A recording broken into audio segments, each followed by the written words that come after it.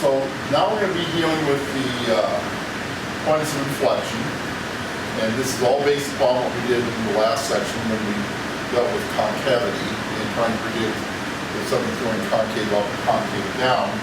And as a function curve goes from positive to negative, that point at which that occurs is called the point of inflection. And it doesn't have to necessarily go from positive to negative, negative to positive. It can go positive to positive, as we'll show you in just a little bit.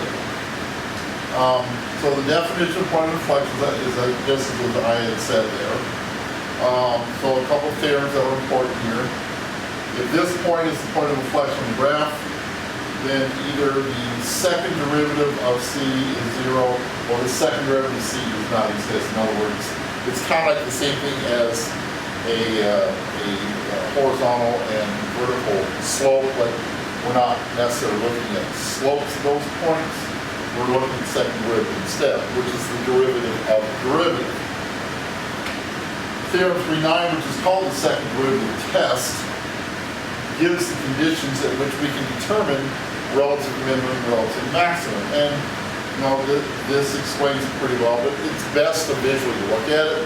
You know that if you're going up and then down, that point at the top is going to be a maximum as a result. As going from down to up, then that point down there will be the minimum. That's what it's basically saying right there. And here's some examples here. We have this graph of negative 3x to the fifth plus 5x cubed. Looks something like this. You see that this is going down and going up, so the point of inflection, which is at this point, negative 1, negative 2, represents that. And that is your relative minimum, because that's the smallest point beyond negative infinity. So it would technically be the absolute, but since it doesn't exist, we can't say that. Relative maximum here is going from up to down. So the number at the top is going to be 1, 2. That is your relative maximum. Now here's an example of the inflection where it's increasing and then it's increasing again. So it doesn't go from increasing to decreasing or up to down or however you want to look at it. But what is important here is the fact that it looks like it's going to happen and you would expect it to continue to go down like that, but instead it takes kind of an oops curve up there. And so that is an inflection point of 0, 0, but it's not a relative minimum or maximum. So let's take a look at a couple of problems. Let's start off with number 11 on page 195. And I suggest you put this into your y equals function, graph it out, and get your window to where it's going to be. You can see where all the inflection points are. And just kind of follow along as you do the calculations. So what we're going to do first is find the first derivative. So that becomes 3x squared minus 2 times 6 is 12. And x, and of course that rounds out. Okay, and then the second derivative of x is the derivative of that derivative. So 2 times 3 is 6, x to the first power, minus 12. And then we're going to set that equal to 0. And when we do that, we're going to go ahead and factor that out. Or you just add positive 12 and then divide by 6. And as you see, x is going to be equal to 2. So there's only one inflection point here. So what we're going to do then is look at interval, the two intervals involved. That we have one value of x here, then we have two intervals. Now remember, this is going to go from negative infinity to positive infinity unless the conditions tell you otherwise. In the next problem, we'll talk about that. So for x1, or the first interval I1 is going to be from negative infinity to 2. So we're going to test something between negative infinity and 2, and I picked 1 when I did this problem. And so I go to this right here. We have 6 times 1 minus 12 equals negative 6. This is negative, so that means that this is going to be a concave downward.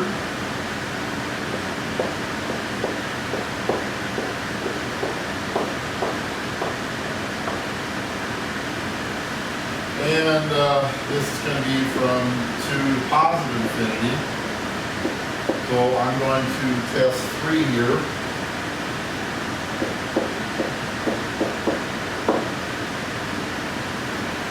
And when I test 3, then this gives me 6 times 3 minus 12, which is positive 6, which means that this is going to be concave upward.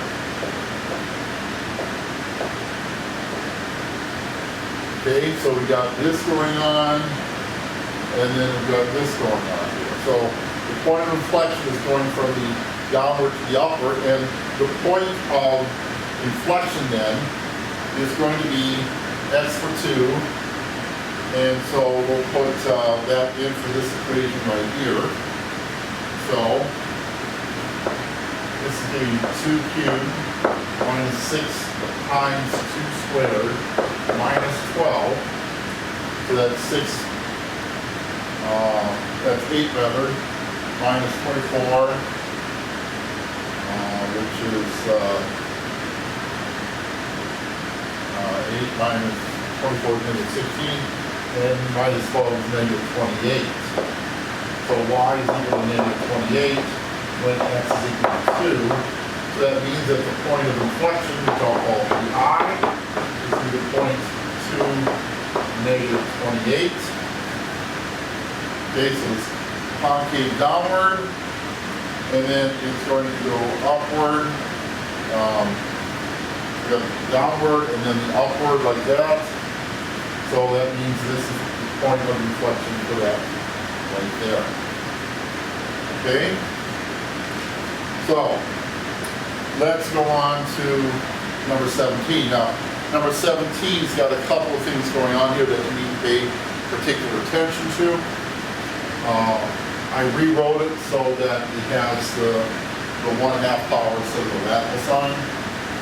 And so the first derivative is going to be x times this, so we're using the product rule. So this is going to be 1/2, and then we're going to subtract 1, which is 2 halves. That gives us x plus 3 to the negative 1/2 times the derivative inside of this, which is 1, plus, because it's the product rule. Now we'll take x plus 3 to the 1/2 times the derivative of x, which is 1. Okay, so now I'm going to recognize one major thing, and that is that we have a fraction here, and this negative exponent tells us this is going to be in the denominator. The second thing that we need to be careful of, and be alert for, I guess is a better way of saying it, is that we're going to have an x plus 3 in the denominator, an x plus 3 in the numerator of a different fraction, but because they are very similar, we're going to be able to condense this by bringing them together in some fashion. So this is what is going to happen.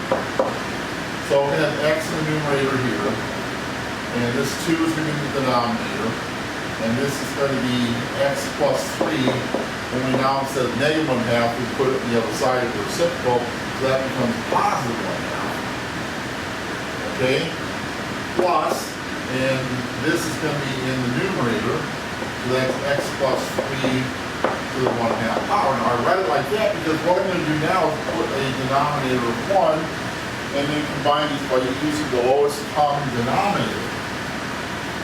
So when I do that, the lowest common denominator would be 2 times x plus 3 to the 1/2 power. And now we go through our rules that we learned in grade school, that you take a denominator into a denominator, These are the same, so it's 1, so this becomes x times 1. So that becomes x plus, and then 1 goes into this, 2 times x to the 1/3 power, x plus 3 to the 1/2 power, times this, which is x plus 3 to the 1/2 power. So that's going to give us then, these two multiplied together are both square roots, and the definition of a square root is that it's going to be, if you square what's inside of the square root, that's what you're going to get for your value for that. So, or, just take a look, take 1/2 plus 1/2 is 1, so it becomes x plus 3 to the first power. So this is x plus 2 times x plus 3 over 2 times x plus 3 to the 1/2 power. All right? So the next thing I'm going to do is I'm going to go ahead and combine all that. And so that, then f prime x, which represents the sign of the slope for what we're dealing with here, is going to be x, and then we're going to multiply the 2 across each of those. That gives me 2x plus 6 over 2 times x plus 3 to the 1/2 power. And that becomes 3x plus 6 over 2 times x plus 3 to the 1/2 power. Now you can stop at this point if you want, but generally find that it's really easy to factor out a number, because when you take derivatives, that automatically drops itself out, but or at least separates it depending on what's going on with it. So you have 3 times x plus 2 over 2 times x plus 3 to the 1/2 power. So that's the first derivative. So you can imagine what the second derivative is going to do. It's going to be doing a lot more of the same, only a great deal more complexity. So let's take a look at that. F double prime of x equals, okay, so now we're looking at this right here, and we're going to use the law of quotients here. So this becomes 2 times x plus 3 to the 1/2 times the derivative of this. So the 3 is going to stay on the outside because of the law of constants, which is multiplying instead of adding, so it doesn't drop out. And then we take the derivative of x plus 2, which is 1, and then minus, because we're dealing with the rule of quotients here, we now have 3 times x plus 2 times the derivative of this, so it's going to be 2 times, and then this 1/2 comes over here, and then we're going to take minus 1 for the exponent here, so that becomes x plus 3 to the negative 1/2 power, and then the derivative inside this using the chain rule, which is 1. And all of that is going to go over the denominator squared. So this is 2 times x plus 3 to the 1/2 power quantity squared.